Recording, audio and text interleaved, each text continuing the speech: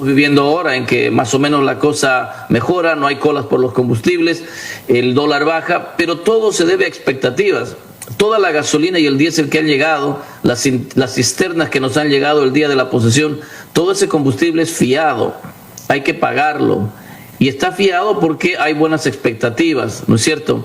El dólar ha bajado, ¿por qué? Porque la gente espera que lleguen dólares frescos a la economía.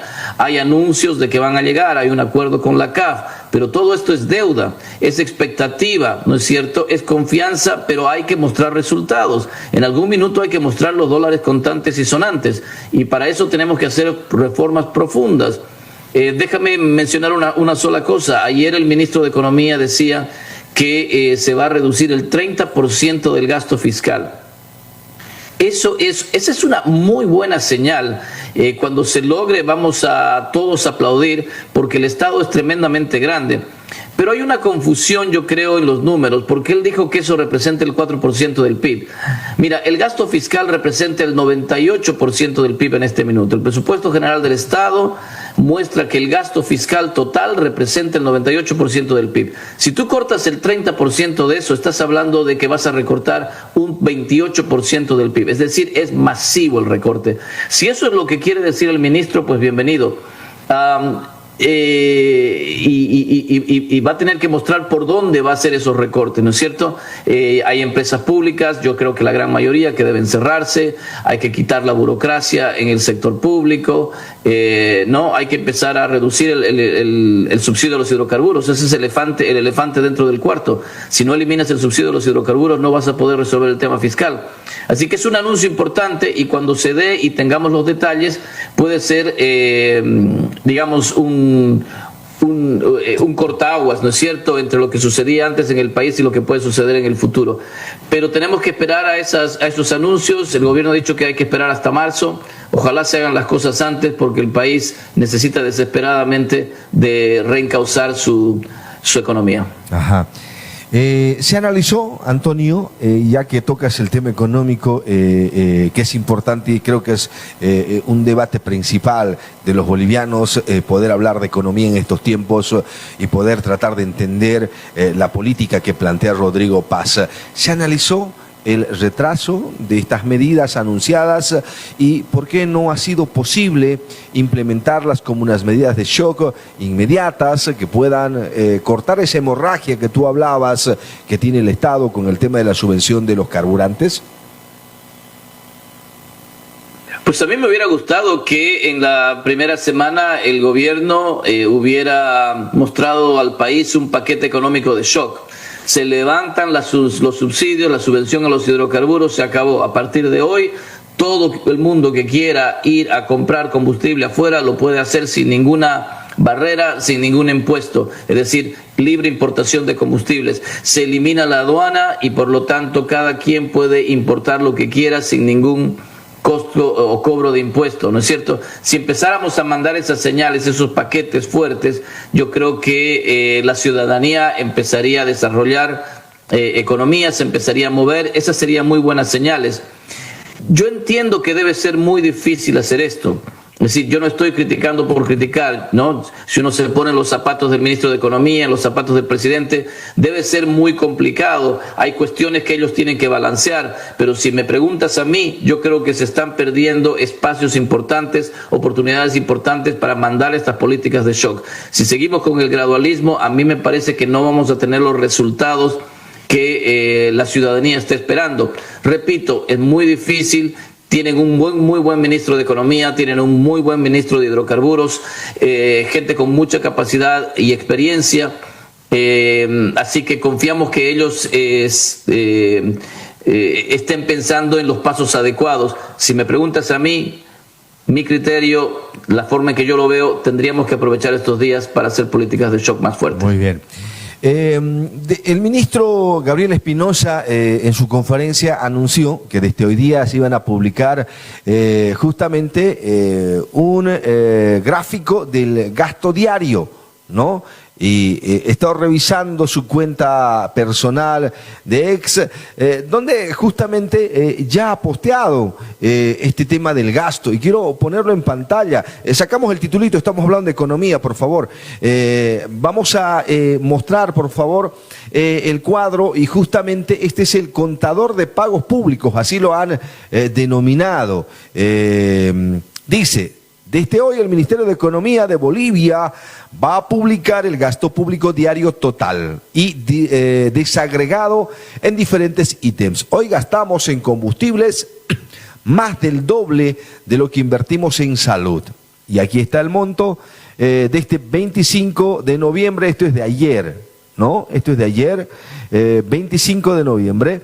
Gasto diario, dice, monto total en bolivianos y en millones, 1.496.000 bolivianos. Pagos para combustible, 309,7 millones.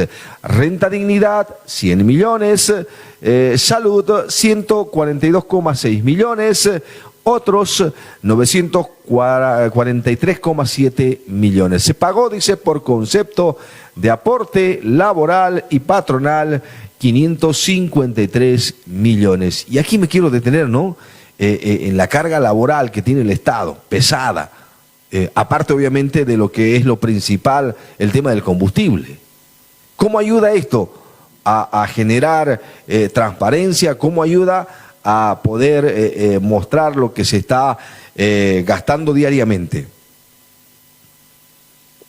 Bueno, es un interesante esfuerzo. Yo creo que es rescatable tener la transparencia diaria de qué se está haciendo con la plata.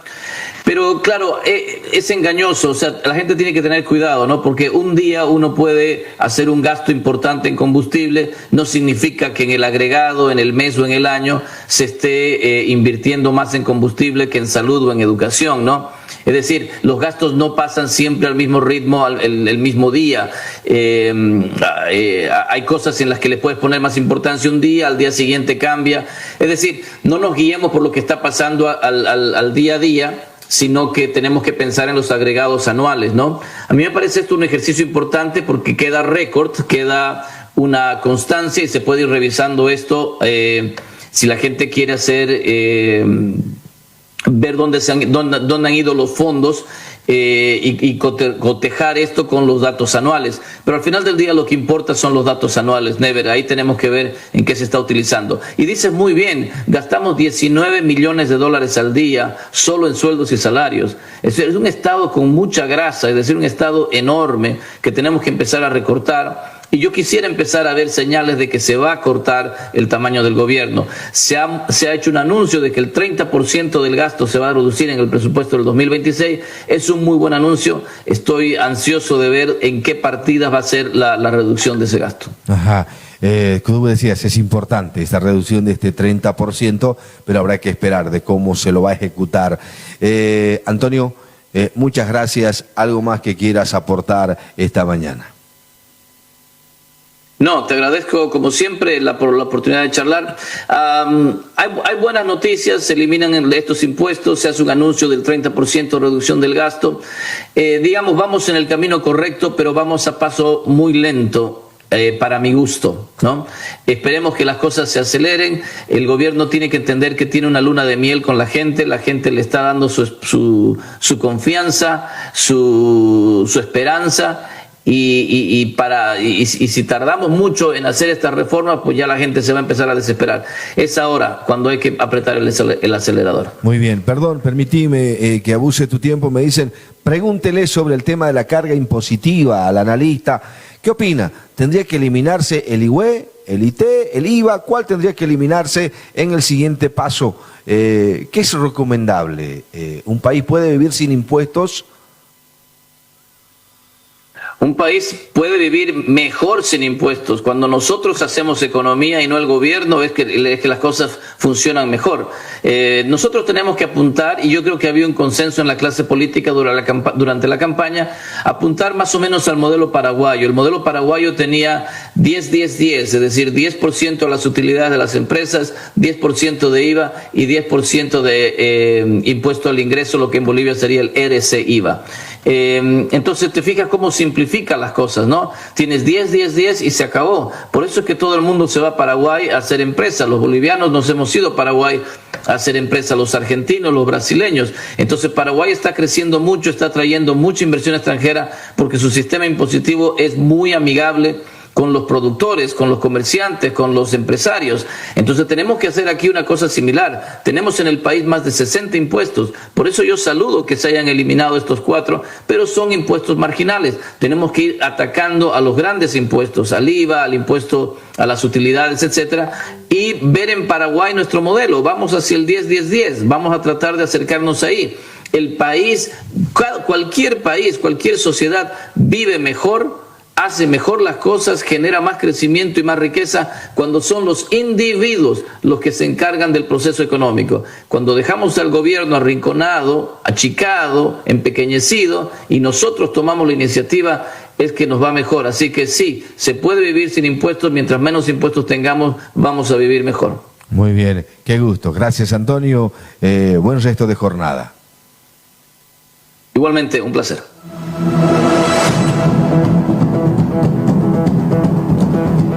10:35 en todo el territorio nacional. Así estamos iniciando la Radio TV con este análisis de los autoprorrogados, lo que ha generado justamente sobre la preocupación en Bolivia. Los magistrados autoprorrogados, la herida abierta de la justicia boliviana. Bolivia atraviesa hoy por hoy una crisis institucional más profunda de las últimas décadas. La continuidad en sus cargos de los magistrados del órgano judicial y del Tribunal Constitucional Plurinacional, que tuvo su mandato y expiró prácticamente, pero permanecieron en sus funciones. Ese es el detalle, por eso se los denomina autoprorrogados, porque a pesar de haber fenecido el mandato, continuaron la autoprórroga que comenzó como una medida excepcional, ¿no?, a la falta de elecciones judiciales. Y acá no solo la responsabilidad tendría que llegar a estas autoridades, sino también a los exparlamentarios, diputados, senadores, porque no han cumplido su función, su obligación, que era justamente de llevar adelante la elección de la selección de la convocatoria para poder tener la terna y poder tener la participación de los ciudadanos interesados en poder justamente optar a estos cargos. ¿Qué pasó ayer?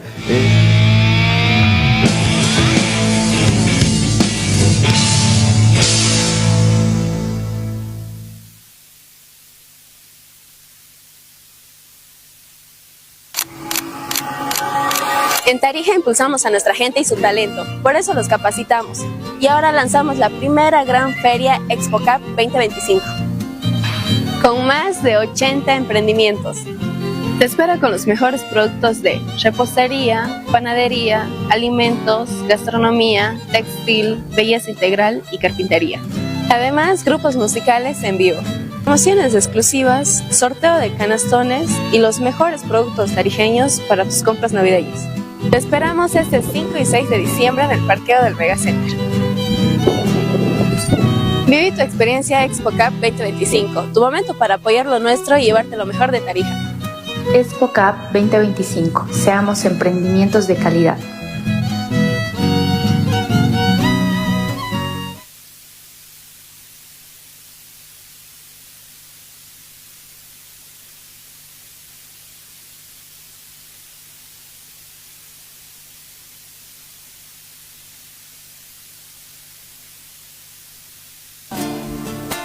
Los consejos de administración y vigilancia de COSAL TRL, cumpliendo lo establecido por la Ley número 356, Ley General de Cooperativas y Estatuto Orgánico de COSAL TRL convoca de manera conjunta a la Asamblea General Ordinaria de Asociadas y Asociados Habilitados, correspondiente a la gestión 2023 y 2024, a realizarse el día sábado 22 de noviembre 2025 a horas 8 de la mañana en el Salón de la Central Obrera Departamental ubicado en la calle Daniel Campos entre 15 de abril y La Madrid. Es importante la asistencia de todos los asociados, tienen derechos y deberes, y uno de los deberes más importantes que tenemos los asociados es asistir a las asambleas para no solamente tomar conocimiento, sino también para poder decidir, porque ellos son los dueños de la cooperativa, ellos son la máxima prioridad. Es importante pueda asistir a este evento, a esta asamblea, a efectos, reitero, de tomar conocimiento de una serie de informes que va a hacer el Consejo de Administración y el Consejo de Vigilancia. Hay 13 puntos de vital importancia en los cuales el socio debe conocer. El tema de la falta del convenio de la PETAR San Blas, el tema de la situación actual de la PETAR San Luis, el tema de la licencia ambiental, en un informe del estado de la demanda ante el Ministerio Público que hicimos oportunamente, en el orden del día, temas de vital importancia. Entre todos tenemos que sacar adelante nuestra cooperativa. La asistencia a la asamblea es de forma personal, debiendo presentar al ingreso su cédula de identidad y la presentación o verificación de la cancelación de la factura del mes de agosto de 2025. El río Guadalquivir es vital para Tarija, fuente de agua, identidad y desarrollo. Hoy enfrenta serias amenazas por la contaminación y el uso indebido de sus aguas. La Ley 335 declara al Guadalquivir como eje estratégico y establece su protección y recuperación como prioridad nacional. La norma compromete a instituciones, empresas y ciudadanos a garantizar su conservación y uso responsable. Si esta ley se hubiese aprobado 30 años atrás, se pudo haber salvado el ecosistema. Los concejales municipales de esta gestión, de forma valiente, la aprobaron y ya tenemos un respaldo. La Ley 335 está dando resultados. Se han frenado varios procesos de usucapión. Consejo Municipal de Tarija. Cumplimos la ley. Protegemos el Guadalquivir. Protegemos la vida.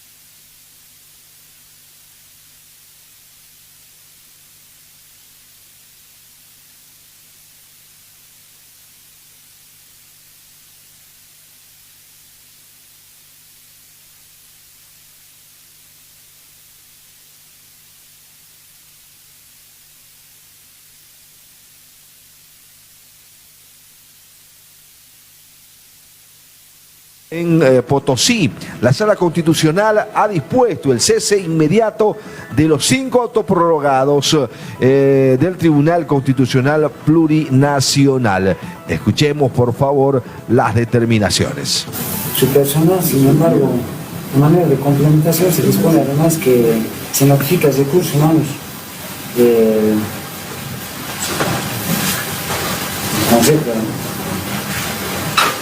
los recursos humanos, en todo caso, del Tribunal Constitucional Plurinacional, o de las instituciones que corresponda para el efectivo cese de las funciones. Porque se ha dicho que ese aspecto es inmediato.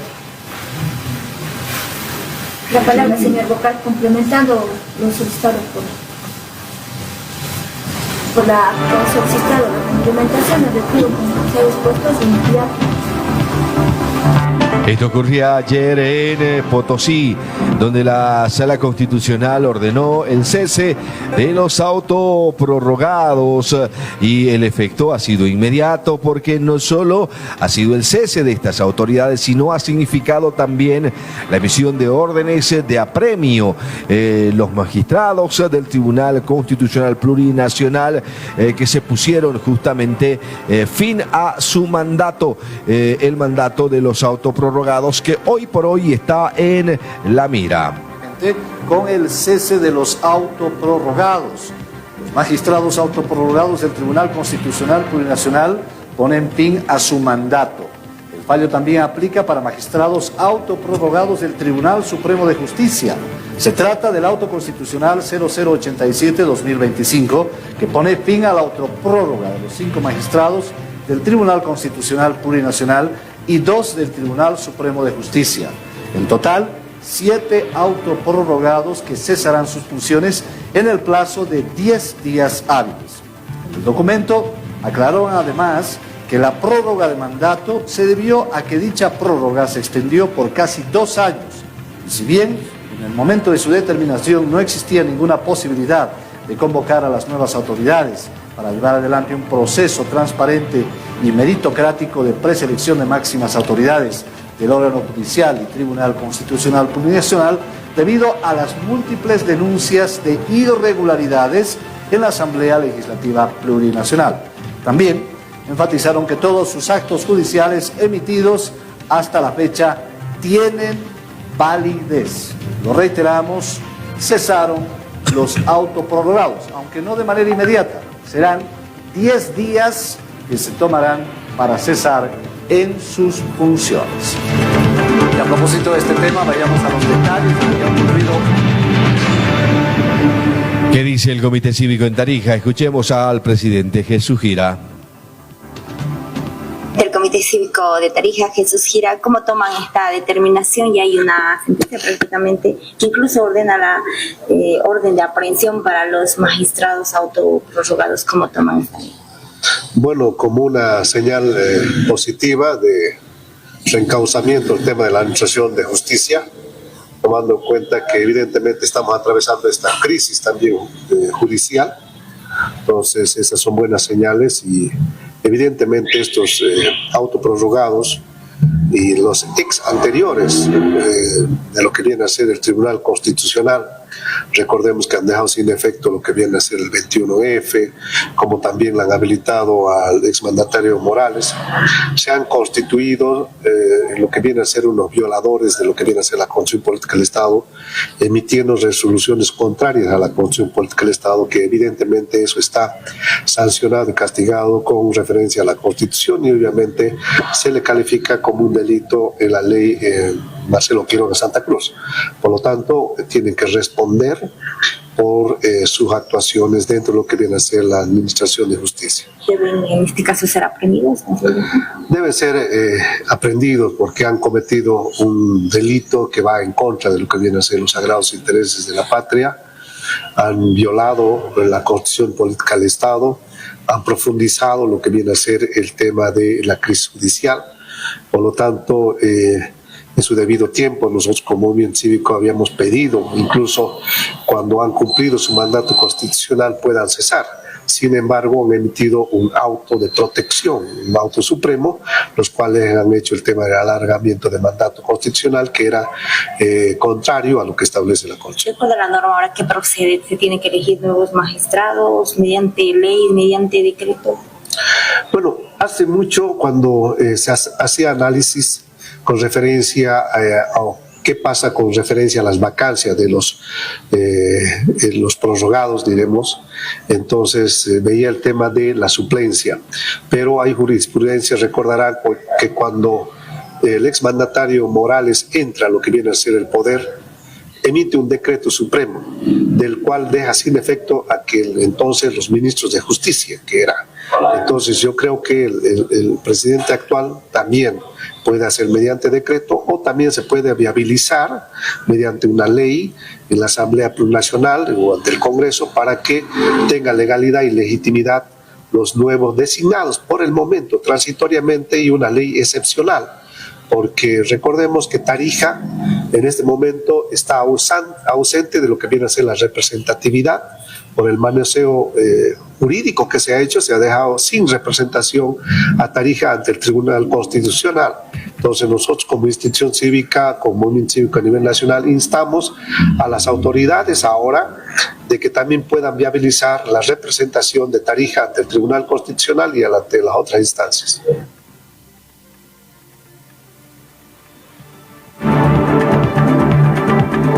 Son pronunciamientos que van saliendo ya a la luz en torno justamente a lo que está ocurriendo con este tema de los autoprorrogados. Lo tengo a César González, ejecutivo nacional de la Confederación de Gremiales, y también está Manuel Figueroa, a quien los saludo. Buen día, ¿cómo están? Qué gusto, bienvenidos.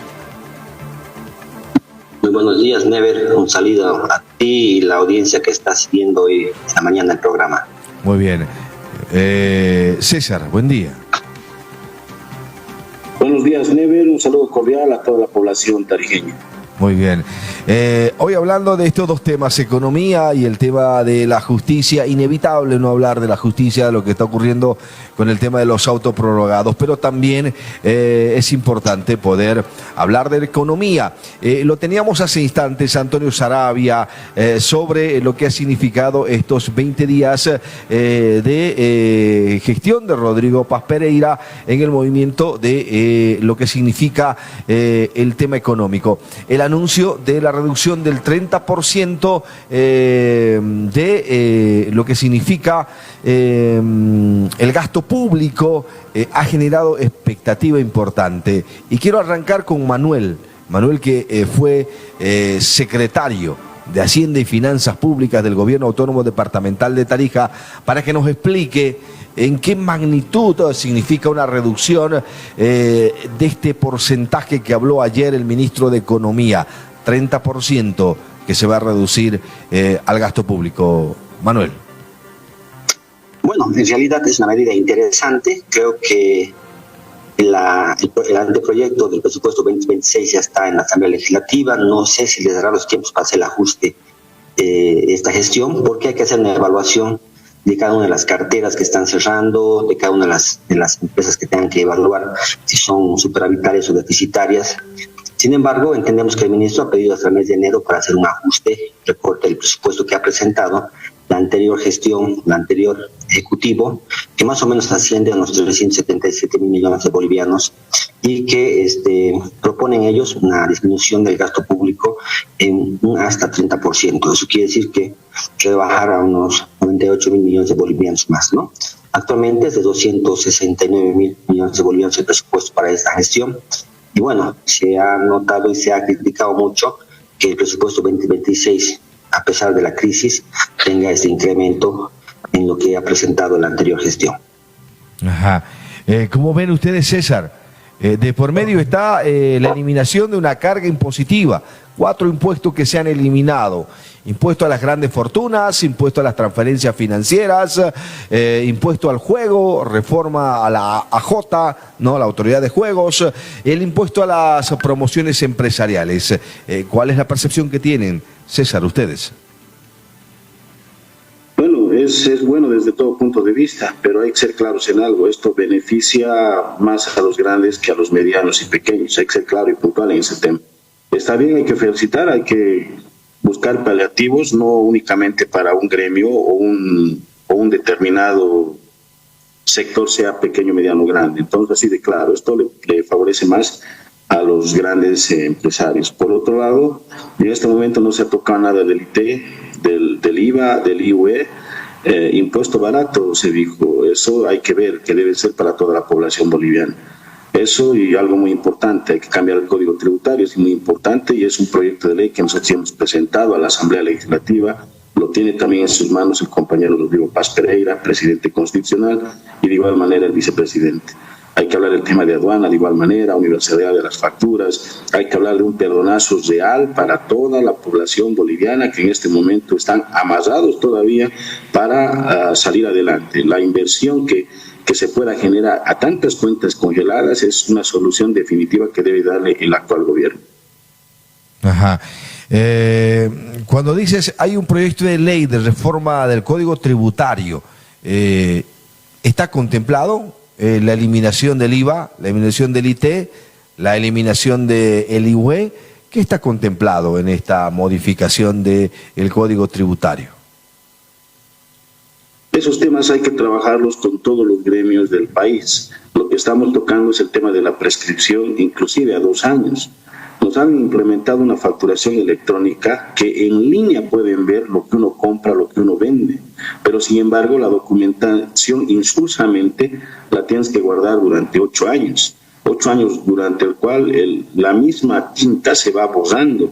Y el lugar donde lo puedas guardar, ahí hasta los masistas pueden estar ahí comiéndoselo los papeles, ¿no? Por no decir otro término.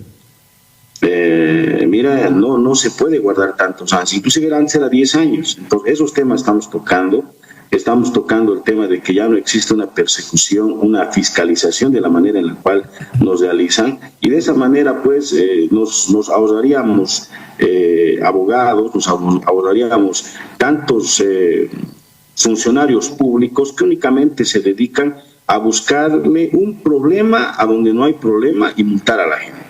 Esos son los principales temas que estamos viendo. Nosotros consideramos de que debería eliminarse el IT, el IUE debería bajar y el IVA debería bajar inclusive a un 8%.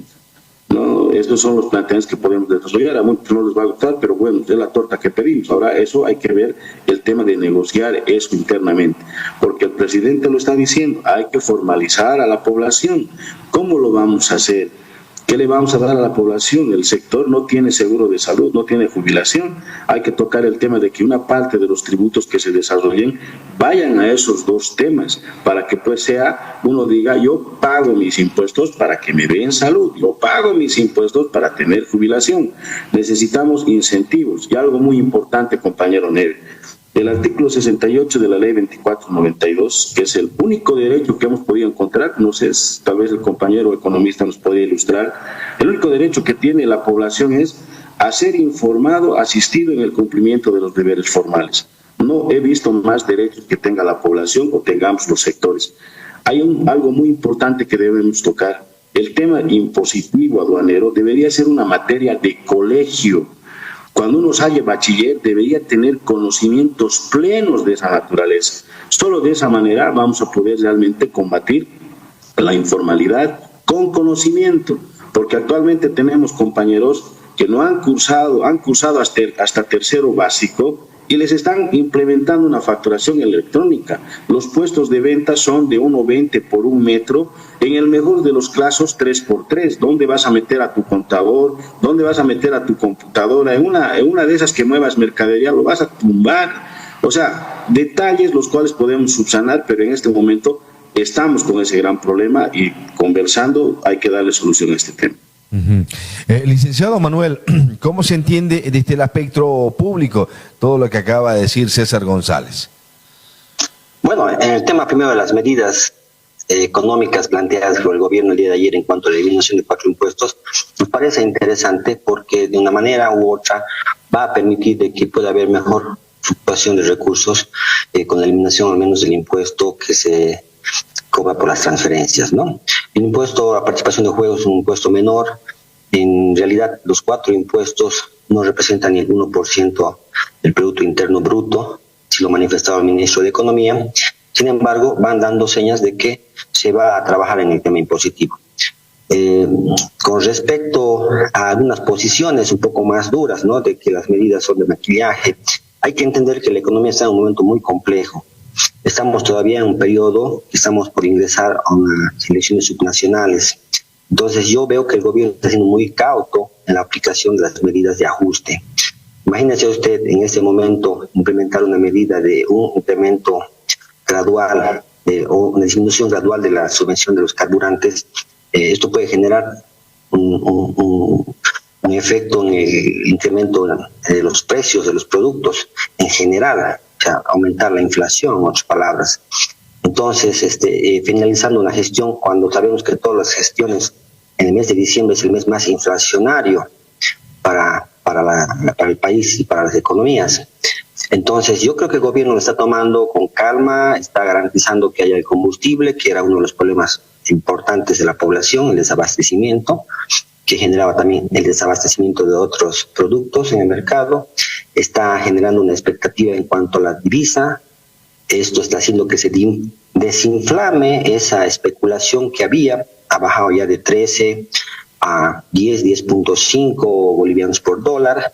Por ahí, con la inyección de recursos que se puede hacer, pueda generar que se pueda bajar un poco más. Está buscando que se encuentre el equilibrio natural en el precio de la divisa para seguramente ya aplicar la medida de nivelar el precio de la divisa oficial con la divisa paralela, ¿no? Y garantizando que el Banco Central pueda tener los recursos para poder hacer contra cuando haya una falta de recursos en oferta de divisas. Entonces creemos que son medidas positivas, pero el gobierno está pensando también en las elecciones subnacionales y sabe que si implementa las medidas de shock, de golpe, va a generar una reacción en la población. No olvidemos que en el país de las 336 municipios que hay en Bolivia, 250 municipios, alrededor de 250 municipios son del MAS, ¿no? Eso quiere decir que tienen 75-74% de participación en los gobiernos municipales, ¿no?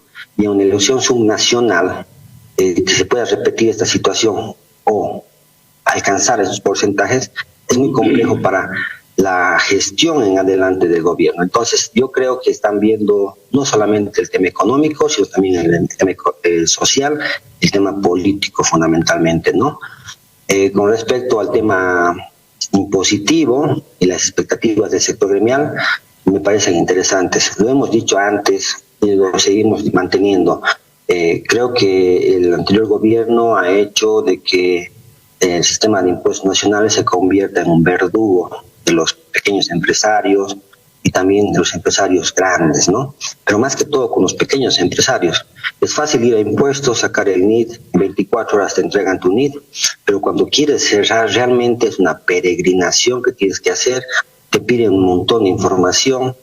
Cuando tienes que ser fiscalizado, tienes un equipo ahí de gente que tiene que buscarte donde hay una observación porque los miden por resultados y ellos tienen que encontrar errores, tienen que buscar dónde generar un problema al productor. Entonces no puedes tener un sistema impositivo que sea un verdugo cuando tienes que dinamizar la economía. Es importante analizar los impuestos más grandes, seguramente el gobierno lo va a hacer porque es parte de su propuesta, pero el impuesto a valor agregado es un impuesto muy importante en cuanto a la contribución de las arcas del Estado y evidentemente tiene que haber ahí un análisis y una baja de ese impuesto. No se lo puede eliminar porque es una fuente principal de recursos del Estado. El tema del INTE también tiene que ser analizado y el impuesto a las utilidades. ¿No? Entonces tiene que ser una institución mucho más liviana y que sea pues de acceso a la población, de ayuda a la población para que pueda fomentarse de esa manera la formalidad. Licenciado Manuel, usted decía algo importante y un detalle fundamental.